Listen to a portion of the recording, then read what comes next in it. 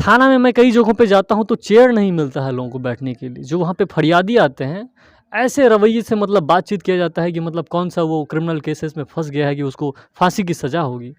ऐसा दबदबा बनाया जाता है, आपको डायरेक्टली नहीं बात करने दिया जाएगा, बिचौलियों के द्वारा आपकी जो सिफ़ारिश है वो आगे जाती है। ताकि एक सिस्टम बने लोगों में कि हाँ, ऐसे रहेगा तो पैसा ऐंठने में ये जितने भी अधिकारी हैं, सबके कुछ ना कुछ जो है मतलब पर्सनल पीएज़ कह लीजिए, जो प्राइवेट नौकरी से बेहतर मतलब उनकी जो है कमीशन आ जाती है। वो तो मुझे नहीं लगता है कि मधुबनी में कोई भी ऐसा माई का लाल आया है, जिसको हम साहब बोलें। सब के सब एक से एक मेरे ख़्याल से जो है सब फ्रॉड हैं। मधुबनी में ही कुछ लोगों के द्वारा जितने भी वार्ड हैं वहाँ के, सभी वार्डों में जो है सो पीएम आवास में 50,000 रुपए ले लिया जाता है। तो सोचिए जब हमारे ज़िले की स्थिति ये है, तो फिर हमारे प्रखंड में हमारे जो ये भ्रष्ट बीडीओज़ आते हैं, इन सब की इतनी औकात नहीं है कि इनको हम पाग पहना दें। मैं तो जब भी थाना जाता हूँ या फिर ब्लॉक जाता हूँ, तो उनको एक ही चीज़ कहता हूँ कि यहाँ के जितने भी जनप्रतिनिधि हैं, वो आपको साहब कहेंगे, वो फूल का माला पहनाएँगे, वो आपको पाग भी दे देंगे।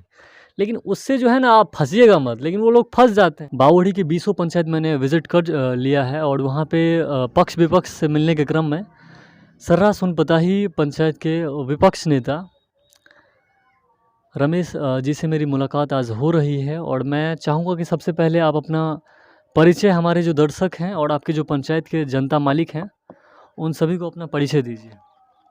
अभिवादन दीजिए। मैं रमेश कुमार दास, घर ग्राम सरड़ा, वार्ड नंबर 12। हम पत्रकारिता क्षेत्र में थे पहले। पंचायत में जब अत्यधिक अनियमितता हमने देखा तो 2006 ईस्वी में पंचायत में एक सरपंच पद सृजन किया गया था त्रिस्तरीय पंचायत चुनाव में। तो उसी में हम आए, सरपंच बने। सरपंच बनने के बाद हम एक पंचवर्षीय सरपंच में समाज सेवा किया और 2011 ईस्वी के हम पंचायत चुनाव में मुखिया से हम लड़ने लगे। 11 और फिर हम 16 में भी चुनाव लड़े।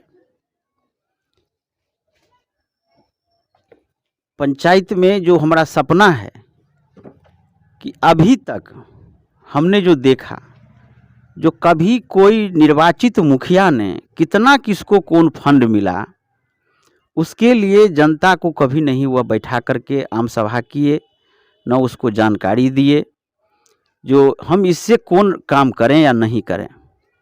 पंचायत में पंचायत की जो जनता है वह अब तक ठगी महसूस कर रहा है। जो इस पंचायत में कितना कौन राशि कौन फंड में आया, कभी किसी को ये जानकारी नहीं होती है। हम जब से इस पंचायत में आए तब से हम पंचायत में हर तरह के जितनी राशि कितनी राशि कौन विभाग में आया है, कौन फंड में आया है, आम जनता को हम जानकारी देते रहते हैं। और हम जब इस पंचायत में निर्वाचित होंगे तो निश्चित रूप से बगैर किसी जनता के पूछे हुए हम 1 रुपया खर्च नहीं करेंगे। पहले उसको जाके ये कहेंगे कि इस फंड में इतना राशि मिला है, आप लोग बैठिए और कौन काम करिएगा उसके लिए आप पहले कार्य योजना तैयार करिए। हमारे पंचायत में गरीबी बहुत है, बेरोजगारी है। हम चाहते हैं कि अपने पंचायत का बना हुआ हम यहाँ कुटीर उद्योग का बढ़ावा देंगे। गांधी जी का जो सपना था ग्राम स्वराज का, उसको हम पूर्णतया लागू करावेंगे, कुटीर उद्योग के बढ़ावा देंगे। चुनाव प्रचार के लिए कैसेट बनाते हैं और पैम्पलेट भी मिल जाएगा आपको, बैनर, पोस्टर इत्यादि। चुनाव प्रचार के लिए कैसेट बनाने के लिए संपर्क करें। अच्छे एवं अनुभवी कलाकारों के द्वारा आपके लिए हम कैसेट बनाएंगे और जिससे आपको बेहतर रिजल्ट मिलेगा। अचार यहाँ का बना हुआ दूसरे राज्य में जाके बिकेगा, यहाँ का पापड़ बना हुआ दूसरे राज्य में बिकेगा। यहाँ अदौरी का उद्योग लगावेंगे, बिरिया का उद्योग लगावेंगे, यहाँ मशरूम के खेती करावेंगे। तकनीकी जो आधुनिक खेती होता है उसको हम बढ़ावा देंगे। अभी तक परंपरागत खेती से हर किसान खेती कर रहे हैं। यहाँ रोजगार सृजन का कोई अवसर नहीं है।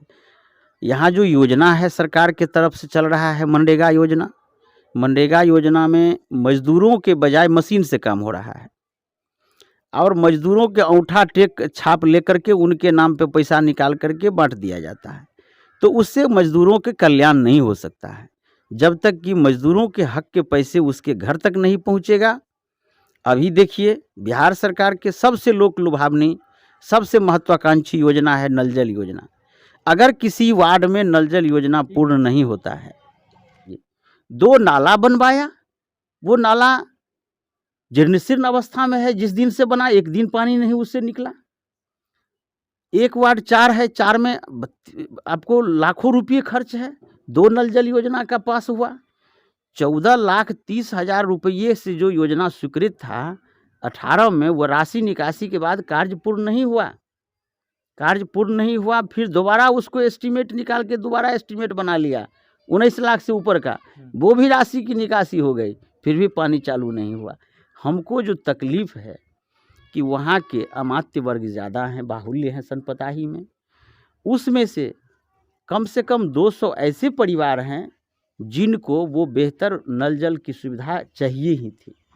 बाकी परिवार में तो पानी चापाकल भी है, वहाँ नल भी क्या कहते हैं अपना पानी का टंकी भी है, मोटर भी है, लेकिन वो 200 परिवार को लाभ नहीं मिल सका, उनके हिस्से के पैसे लुटा गया।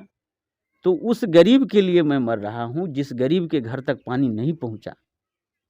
हमारा उद्देश्य ये था कि जो कम से कम उद्देश्य पूर्ण हो।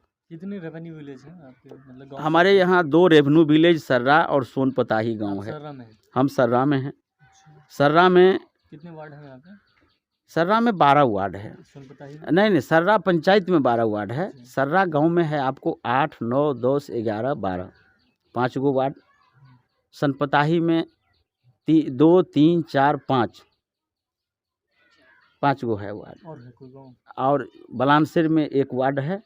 कलहुआ में आपको 7 वार्ड है और छजना गांव में 6 वार्ड है। तो यहाँ पंचायत के जो बेसिक विकास की बात थी, हम जब चुनाव यहाँ लड़ने के लिए मुखिया में आए। सभी वार्डों को जोड़िए, आप यहाँ के जनप्रतिनिधि हैं, 5 ऐसे सड़कों का नाम लीजिए जो ये 12 वार्ड से होनी चाहिए और जो बनना आपको लगता है कि बहुत मोस्ट इम्पोर्टेंट है लेकिन अभी तक बना नहीं। एक भी ऐसी सड़कें नहीं बनी है इस पंचायत में। 5 का नाम लीजिए। ठीक है, जो कि प्राकलन के अनुकूल हो और गुणवत्तापूर्ण हो। इस बीच में 2 दिन 4 दिन पहले एक अधिकारी जांच में आए, उसमें अधिक रेत मिला, लोकल बालू मिला। हम कह रहे हैं कि अगर उस विकास को, उस राशि को अगर उस विकास में लगाया गया होता तो 12 लाख रुपये का वो सड़क है, प्रदीप सिंह के घर से लेके शोभीराम के घर तक, वो 12 लाख रुपये योजना से अगर प्राकलित राशि से अगर निर्माण होता तो हमको नहीं लगता कि 50 साल में वो टूटता। अच्छा, ये सूचना पट है वहाँ पर या? एक भी जगह पूरे पंचायत में एक भी जगह योजना पट नहीं लगाया गया। कैसे जानते हैं?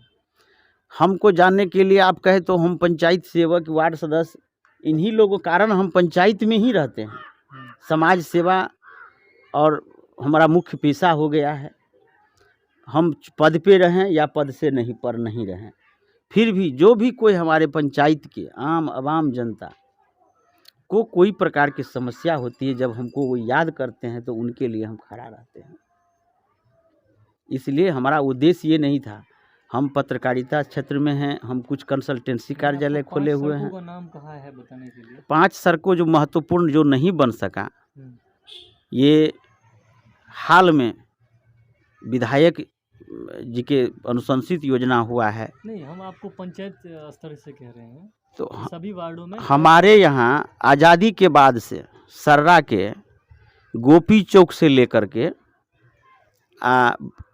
ब्रह्म स्थान हो या गोपी चौक से लेकर के दुर्गा स्थान सर्रा का हो या गोपी चौक से लेकर के सरस्वती भवन तक हो, आज तक 1 छह मिट्टी तक उसमें सरकारी स्तर पर नहीं पड़ा, क्योंकि वो अधिकांश ब्राह्मणों की बस्ती है। जो कोई निर्वाचित मुखिया हुए वो उनको लगा कि ये हमको वोट नहीं देते हैं तो उसमें विकासो नहीं कभी किए। तो आज़ादी के बाद से इस बार 19-20 में 20-21 में ये मुख्यमंत्री क्षेत्र विकास योजना से 2 सड़कें पास हुई है और काफ़ी महत्वपूर्ण है। वो 2 पंचायत की जोड़ने वाली सड़कें थी। सनपताही गांव में सबसे महत्वपूर्ण सड़क है वहाँ क्या कहते हैं, सुरेश राय के घर से लेकर के अच्छे लाल राय घर होते हुए नहर तक जो गांव के मुख्य सड़क है, उस सड़क को नहीं बना सका। वो सड़कें हाल फिलहाल में विधायकों के अनुशंसित योजना बना है, विधायक द्वारा वो बनेगा, मतलब पंचायत से बन सकता था, हाँ बन सकता था, लेकिन उन्होंने नहीं बनाया।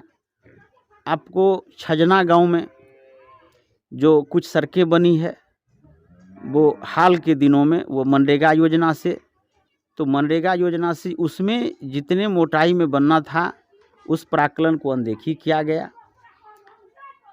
सरड़ा कुजरटोली में है, यहाँ राइन बरादरों की बस्ती है, अच्छे लोग हैं, सुलझे हुए लोग हैं। यहाँ मदरसा तक जाने की सड़कें है, मदरसा के बाद जो क्या कहते हैं मस्जिद तक, जो बड़ी मस्जिद है वो आज तक नहीं बना। लोगों को उसके लिए कचोट है, वो रास्ता बनना चाहिए था। यहाँ जिला परिषद फंड से बना हो या पंचायत समिति के फंड से बना हो या मुखिया के फंड से सड़कें बनी हो, अगर उस एक भी सड़कें गुणवत्तापूर्ण नहीं है, न योजना बोर्ड लगा हुआ है, कितनी राशि का है आम लोग नहीं जानते हैं। और उस सड़कें बनने के बाद अभी टूट रही है। 2-3 जगह पंचायत में जो नाला भी बना, कहीं ढक्कन है कहीं ढक्कन नहीं है, वह टूट चुका है। तो सरकार के राशि को दुरुपयोग हुआ है, अपव्यय हुआ है यहाँ। अच्छा, यहाँ के जो मुस्लिम माइनॉरिटीज़ हैं उनका जो कब्रिस्तान होता है, उनका घेराबंदी वगैरह है? हाँ हाँ, वो पहले ही हो गया था। हाँ, वो जिला से हुआ था। थोड़ा आप जैसे कागजी मतलब हालत कैसा है, जैसे कि मतलब सर्टिफिकेट हो गया, जन्म प्रमाण पत्र हो गया, मृत्यु प्रमाण पत्र, जाति आवासीय आय, EWS वगैरह, इसमें क्या लग रहा है आपको? देखिए, पंचायत सबसे बड़ी बात है कि सर्रा पंचायत जो है, सर्रा सोनपताही पंचायत, ये बाबूबढ़ी प्रखंड के 20वां पंचायत है। 20वां पंचायत होने के साथ साथ ये काफ़ी दूरस्थ भी है। 20 किलोमीटर समथिंग है। तो बाबूबढ़ी हम लोगों के पंचायत से जो पूरब है वो फुलपरास प्रखंड है, हम लोगों के उत्तर खुटौना ब्लॉक है, हम लोगों के दक्षिण अंधराठाड़ी ब्लॉक है। तो ये 3 ब्लॉक के सीमा पर ये पंचायत है, सबसे एकदम दूरस्थ पंचायत में। अब हमारे ब्लॉक यहाँ के गांव के ऐसे बनावट है कि लोग बाबूबढ़ी कोई उद्देश्य से ही जाना चाहते हैं। अगर किसी को हॉस्पिटल का काम हो तो वो अंधराठाड़ी जाते हैं, कपड़ा दुकान के काम हो तो अंधराठाड़ी जाते हैं। बाबूबढ़ी सिर्फ ऑफिशियली वर्क के लिए हम लोग जाते हैं। तो गांव में उच्च हाई स्कूल स्तर के विद्यालय है। संस्कृत शिक्षा के पूर्व में बढ़ावा था। संस्कृत शिक्षा में यहाँ आचार्य स्तर तक के कॉलेज है मदनेश्वर स्थान में, प्राथमिक क्या कहते हैं प्रथमा से लेकर के आचार्य। तो वो विद्यालय में भी उच्च विद्यालय जो संस्कृत उच्च विद्यालय है उसका खस्ताहाल हो गया। बगल में उस पंचायत में मध्य विद्यालय भी है जो MSc स्तर के हैं, उच्च विद्यालय हैं जो +2 के दर्जा दिया गया, तो वो भी है इस पंचायत में। शिक्षा व्यवस्था लेकिन शिक्षा व्यवस्था में अब तो जो गांव में रहने वाले जो गरीब गुरबा लोग हैं उनके बच्चे पढ़ते हैं, उनमें यह एक जागृति नहीं है जो अपने बच्चे को 100% उपस्थिति करावे विद्यालय में। हाई स्कूल के हेडमास्टर साहब बहुत बार हमसे बात किए, कई बार मीटिंग भी ऑर्गेनाइज किए, लेकिन बच्चों की उपस्थिति बहुत चिंताजनक रहती है। वही हाल हो गया है मध्य विद्यालय में। इधर बीच में साल भर से लॉकडाउन लेकर के प्रभावित हुआ है पढ़ाई लिखाई गाँवों का। पेंशन में क्या लग रहा है आपको? पंचायत में वृद्धावस्था या विधवा विकलांग कुछ भी उसमें? पेंशन के मुद्दे पर आप बात किए हैं तो 2006-11 में हम सरपंच बने थे। तो उस समय में देखे कि पेंशन के नाम पर में काफ़ी लूट फसूट चल रहा था कि 1000 रुपया प्रति आवेदक से वसूल किया जा रहा था। तो हमने एक शिविर लगाया, स्थानीय BDO उस समय में थे, उनसे बात किए कि सर ऐसे हो रहा है मेरे पंचायत में। तो कहा कि ठीक है आप शिविर लगा करके आवेदन लीजिए। तो हमने अपने हाथ से 250 आदमी का आवेदन लिया। आवेदन को फिलअप करा करके बीडीओ साहब से साइन करा के फिर एसडीओ साहब से पास होकर के एक दिन कैंप लगा के बांटे थे। उस व्यक्ति से 2.5 रुपया खर्च नहीं हुआ था, कोई कह दे कि उस पेंशन में, और हमने बिचौलिया का वह पेंशन के नाम पे ठगी के कारोबार को बंद करा दिया था। राशन कार्ड बन रहा था, राशन कार्ड की भी जिम्मेदारी हमको दी गई थी सरपंच के समय में, और हमने बखूबी निभाया, जो 1 रुपये किसी को खर्च नहीं लगा था। आधार कार्ड की बात है तो कैंप लगवा करके हर जगह आधार कार्ड बनवाया। आज के डेट में कितने राशन कार्ड धारी हैं परिवार आपके? देखिए, अब जो आप हमको कह रहे हैं, जिस समय में हम थे तो 14 में परिवर्तित हो गया। वो सामाजिक सर्वेक्षण जो हुआ था, आर्थिक सामाजिक जातीय जनगणना, उसके आधार पर में जो फिर से बना राशन कार्ड, वो राशन कार्ड अभी कितना है और कितना नहीं है उससे हम अनभिज्ञ हैं। लेकिन जिसको मिलना चाहिए उसको नहीं मिल रहा है, और जिनको नहीं मिलना चाहिए कुछ वैसे भी व्यक्ति को मिल रहा है। चलिए, प्रधानमंत्री आवास और ये शौचालय स्वच्छ भारत मिशन, इस पर बुलाइन बोलिए, पंचायत में क्या स्थिति है? देखिए, स्वच्छता के नाम पर में हम क्या कहें, शौचालय का लाभ मिला है। जो यहाँ सुरक्षागृही है वो इस चीज़ को बहुत अच्छे ढंग से काम करवा रहे हैं। शौचालय के लगभग हर परिवार में इस लाभ को देखा जा सकता है। उसके लिए हम यहाँ के जो स्वच्छाग्रही हैं, नहीं बना है, पैसे हर घर में पैसे भी मिला है, पैसे लिए गए हैं वो। देखिए, वो तो लोग हमको कहते नहीं हैं। अच्छा। क्योंकि भ्रष्टाचार जहाँ भी होगा हमको जानकारी हो जाएगी तो उस दिन वो भ्रष्टाचार रुक जाता है। ऐसा तो नहीं ना कि आप भी लेते हैं? देखिए, हमको आज तक कभी किसी से, हम छोटे मोटे ये सब में कहीं मदद में हम कभी जाते भी नहीं हैं। विपक्ष को भी पैसे मिलते हैं तो नहीं। देखिए, ये जो कोई कहता है तो किसी के कहने भर की बात है। रही बात जो मतलब आप भ्रष्ट नहीं है, यही कहना चाहते हैं? नहीं, फिर आप दूसरे तरह की बात बोल रहे हैं। राजनीति में MS गिडगिल पॉलिटिकल साइंस में पढ़े थे कि भ्रष्टाचार और राजनेता में पूरक संबंध है। जैसे बिना वस्त्र के लोग निवस्त्र कहलाता है, उसी तरह से बिना भ्रष्टाचार के नेता नहीं कहला सकता है। आप भ्रष्टाचार में तो अब सवाल यह है कि हमको आज तक सरपंच में पंचायत करने का अवसर मिला, हम मुखिया बने नहीं, हमको कोई जनता देखा नहीं है, हमको कभी कोई काम करने का अवसर ही नहीं मिला, और जो अवसर हम कहीं से ला करके दिए तो उसमें हमने किसी से निस्वार्थ भाव से काम किए। हमने कभी किसी से 4 आना पैसा नहीं लिया है। प्रधानमंत्री आवास और राशन का ये शौचालय पर आप कुछ नहीं बोलना? देखिए, प्रधानमंत्री आवास नहीं, प्रधानमंत्री आवास के बारे में हम आपको बता दें कि इस पंचायत में जितना आवास बनना चाहिए था, पंचायत प्रतिनिधि के वजह से वो कम लोगों को ही बन सका। जितना राशि मिलना चाहिए, हम कह रहे हैं कि जो इस पंचायत में ज़रूरत था 600 आदमी का, 163 आदमी का पहला प्रस्ताव पास हुआ, उसी को मिला। पंचायत के मुखिया को चाहिए कि चुनाव जीतने के बाद वह मॉडल मास्टर प्लान तैयार करे कि मेरे पंचायत में कौन चीज़ की ज़रूरत है, कौन चीज़ कितना चाहिए, कौन चीज़ कितना नहीं चाहिए। 14वीं वित्त में सबसे कम इस पंचायत को फंड मिलता है। ये 7 निश्चय योजना में सबसे कम इस पंचायत को फंड मिलता है।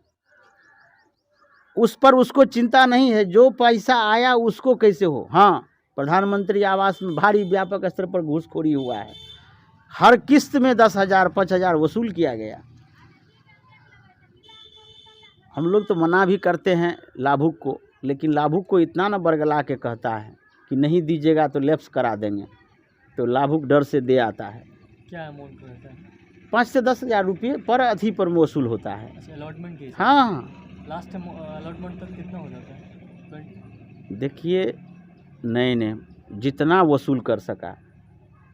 अरे, वार्ड सदस्य भी कभी जो जिस वार्ड का है वो भी वैसे, अब मुखिया वार्ड सदस्य पर कम भरोसा करके ज़्यादा वो बिचौलिया ही रख लिए हुए हैं।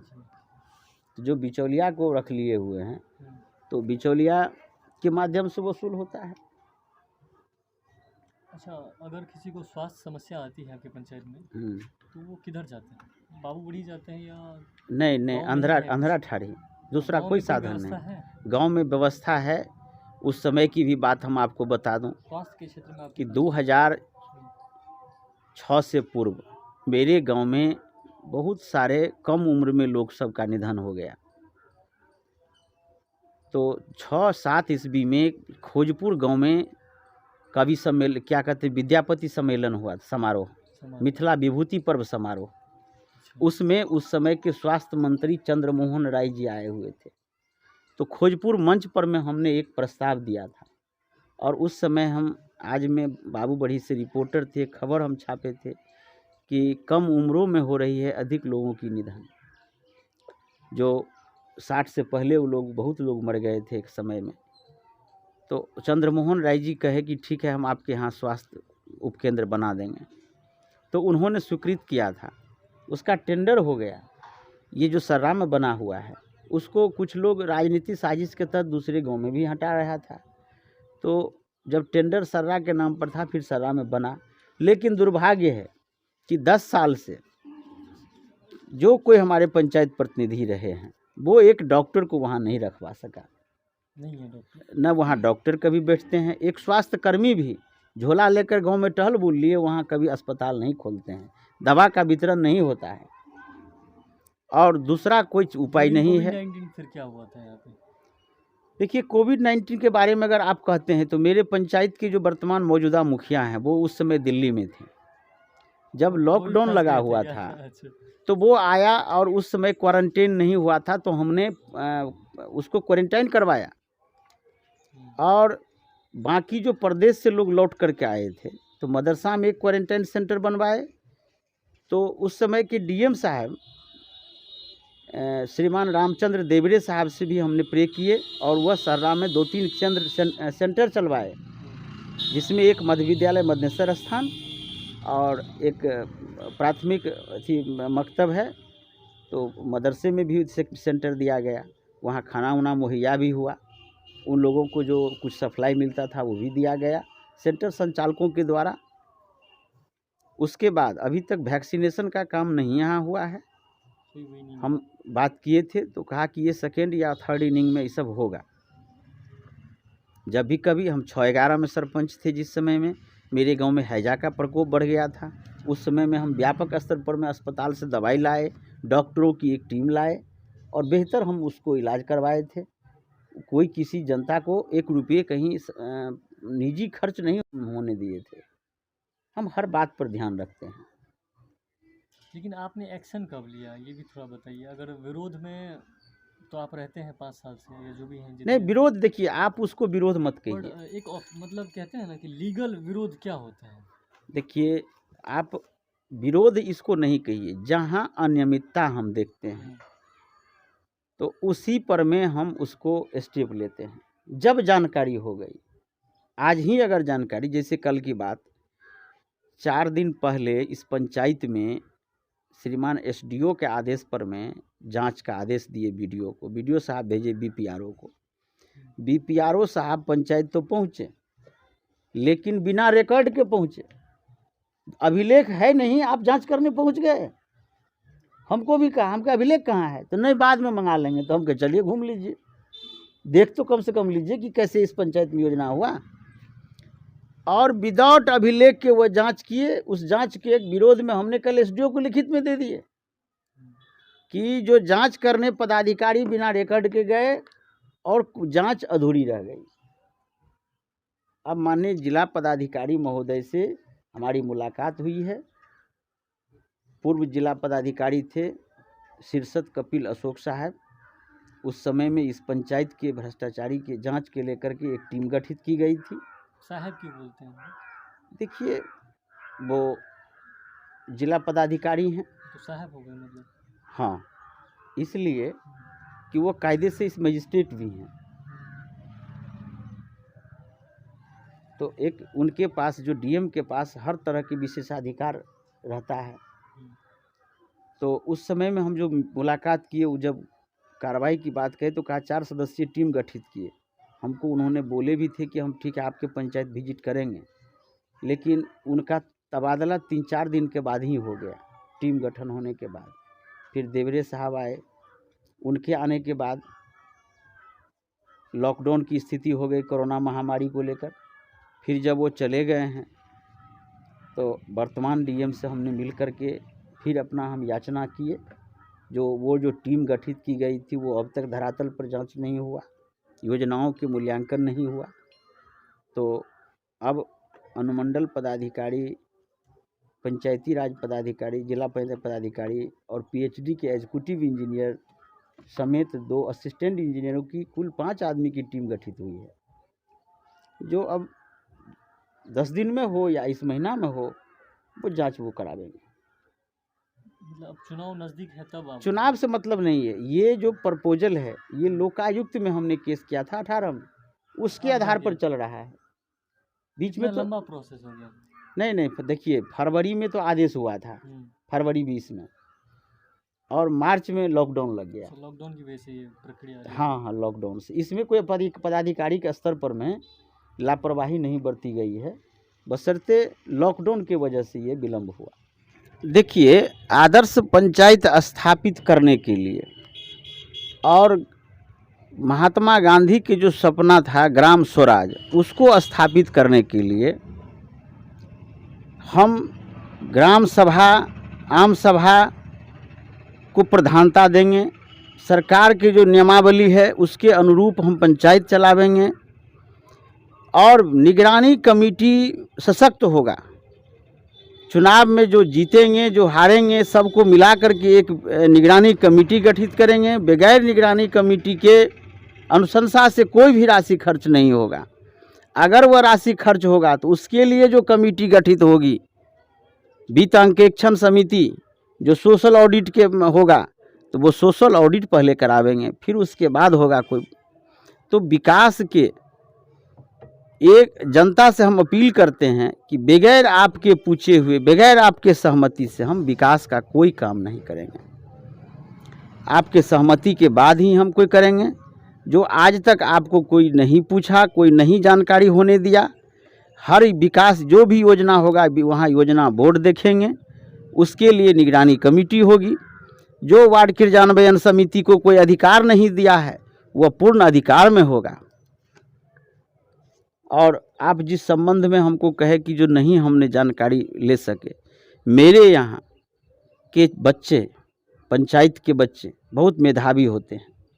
हम प्रति साल, चाहे वो मैट्रिक एग्जामिनेशन में हो, जो हमारे बच्चे प्रथम, द्वितीय, तृतीय श्रेणी से होंगे, हम उसको गांव में सम्मानित करेंगे। इंटर के रिजल्ट आने पर भी हम सम्मानित करेंगे।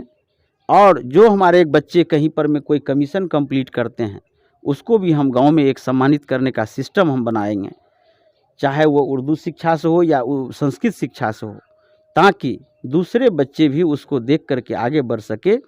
शिक्षा के क्षेत्र में हमारे गांव में कमियां हुई है। बहुत लोग रह जाते हैं शिक्षण संस्थान के भरोसे। एक अच्छे बच्चों की जो है सो कलेक्शन करके, जो यहाँ के मेधावी छात्र हैं और नौकरी में नहीं हैं, उनको लेकर के एक अच्छे कोचिंग की सुविधा बनावेंगे, जिसके निगरानी पंचायत के ही द्वारा हम सोचते रहे हैं कि जो उसको पंचायत निगरानी में चलावें, ताकि जो हमारे गांव के भविष्य हैं, कल के भविष्य हैं, उसको हम संवार सके, बेहतर बना सके। हम जिस विषय के रह चुके हैं और हमारे जो मित्र हैं, हमारे सहकर्मी हैं, सहपाठी हैं, हम वैसे लोगों को भी एकत्रित करेंगे कि उस बच्चे को कम से कम, आप जो बच्चे हैं उसके भविष्य को आगे बढ़ावें। हमारा यही एक उद्देश्य है।